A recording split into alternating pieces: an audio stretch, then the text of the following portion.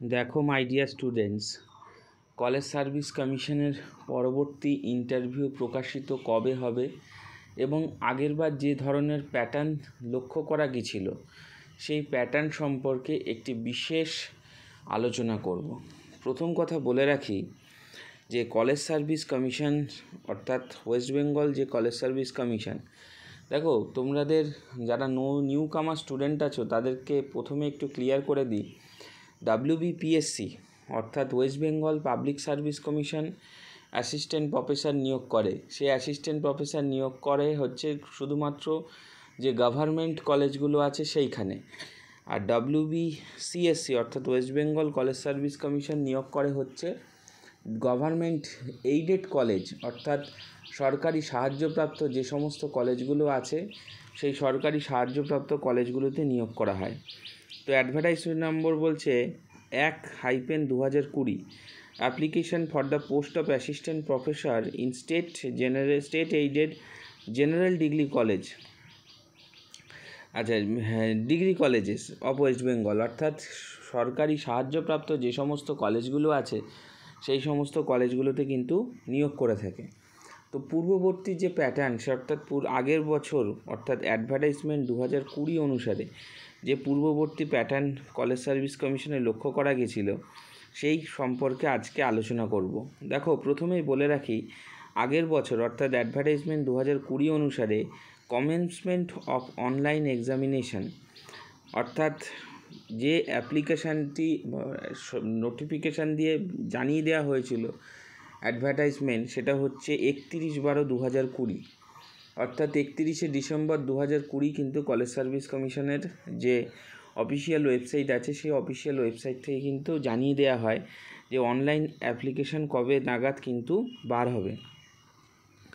Last date of online application অর্থাৎ অ্যাপ্লিকেশানের last date অর্থাৎ শেষ যে সময়সূচি ছিল হচ্ছে 15ই ফেব্রুয়ারি 2021।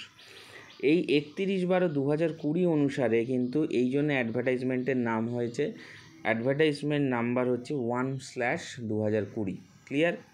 এবং ক্যান্ডিডেটরা অনলাইন যে আবেদন করেছিল সেটা হচ্ছে wbcsconline.in, এই যে অফিসিয়াল ওয়েবসাইট আছে সেই অফিসিয়াল ওয়েবসাইটে। তো ইন ডিটেলস রিশিডিউলিং সমস্ত কিছু সেটা হচ্ছে কলেজ সার্ভিস কমিশন যে অফিসিয়াল ওয়েবসাইট তোমরা পেয়ে যাবে।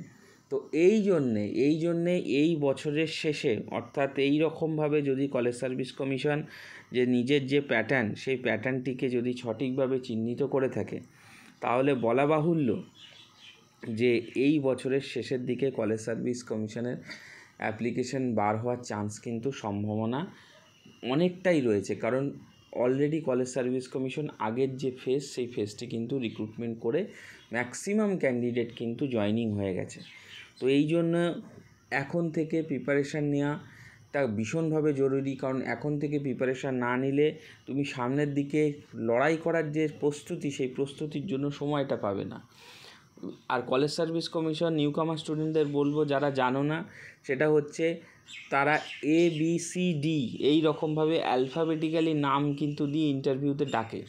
অর্থাৎ যাদের নাম A দিয়ে শুরু হয়েছে তাদের কিন্তু কলেজ সার্ভিস কমিশনে চান্স বা প্রবণতা কিন্তু অনেকটাই বেড়ে যায়।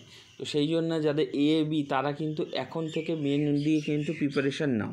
কারণ প্রিপারেশান না নিলে প্রিপারেশান ফেজটা যদি না থাকে তাহলে কিন্তু তুমি কিন্তু পরবর্তীকালে সেই জিনিসটা কিন্তু ধরতে পারবে না। ওই জন্য এখন থেকে মন দিয়ে প্রিপারেশান নেওয়াটা কিন্তু খুব বিশেষভাবে জরুরি। আরেকটা জিনিস বলবো, কিছু গুরুত্বপূর্ণ কথা, সেটা হচ্ছে ডেমনস্ট্রেশন এখন থেকে প্র্যাকটিস করো। প্রত্যেকটা টপিক খুঁটিয়ে পড়ো। ডেমনস্ট্রেশন ভীষণ ইম্পর্টেন্ট, ডেমোটা খুব ভালো করে পড়বে আর প্র্যাকটিস করবে। 2 হচ্ছে প্রত্যেকটা টপিক খুঁটিয়ে পড়বে। কারণ যে কোনো টপিক থেকে তোমার সাবজেক্ট ওরিয়েন্টেড যে কোনো টপিক থেকে কিন্তু প্রশ্ন ধরতে পারে। ওই জন্য প্রত্যেকটা টপিক যদি অ্যাট প্রেজেন্ট কোনো তোমার সাবজেক্ট, ধরো আমি ধরে নিলাম ইকোনমিক্স বা সোশিওলজি, এই রকম যারা ক্যান্ডিডেট আছো তাদের কিন্তু উদ্দেশ্যে একটাই বলবো যে এই ধরনের ক্যান্ডিডেটদের কিন্তু একটা যদি সতর্ক থাকতে হবে যে তোমার যে প্রিপারেশান ফেজ বা তোমার যে প্রিপারেশান গ্যাপে কখনো লক্ষ্য করা যেতে পারে যে বর্তমান রেলিভেন্সের সাপেক্ষে কিছু প্রশ্ন, সেই জিনিসটাও কিন্তু খুব সুন্দরভাবে কিন্তু প্র্যাকটিস করতে হবে। আর 3 নম্বর হচ্ছে পেপার পাবলিকেশান। পেপার পাবলিকেশানটাও কিন্তু ভীষণভাবে জরুরি বা গুরুত্বপূর্ণ, কারণ পেপার পাবলিকেশানের উপর অনেকটাই কিন্তু মার্কস বা তোমার একটা প্রেজেন্টেশনটা কিন্তু ক্যারি করে। হতে পারে তুমি পিএইচডি ক্যান্ডিডেট না, তোমার পিএইচডি রানিং বিভিন্ন, বা তুমি সবে মাত্র নেট সেট, কিন্তু যেগুলো তোমার এখন হাতে রয়েছে ইনস্ট্যান্ট, সেইগুলোর উপর কিন্তু জোর দিয়ে কিন্তু সামনের দিকে এগিয়ে যাও। এটা কিন্তু ভীষণভাবে গুরুত্বপূর্ণ এবং জরুরি। তো মন দিয়ে প্রিপারেশান নাও, মন দিয়ে পড়াশুনো করো, এবং 4 নম্বর যেটা হচ্ছে একটা পজিটিভ অ্যাটিটিউড রাখবে ইন্টারভিউতে। প্রত্যেকটা প্রশ্ন মাথা ঠান্ডা করে শুনে সেটা উত্তর দেবে। এই ধরনের প্রিপারেশান যদি তোমার স্ট্র্যাটেজি থাকে, আশা করছি কলেজ সার্ভিস কমিশনে তুমি সিলেক্টেড হবে।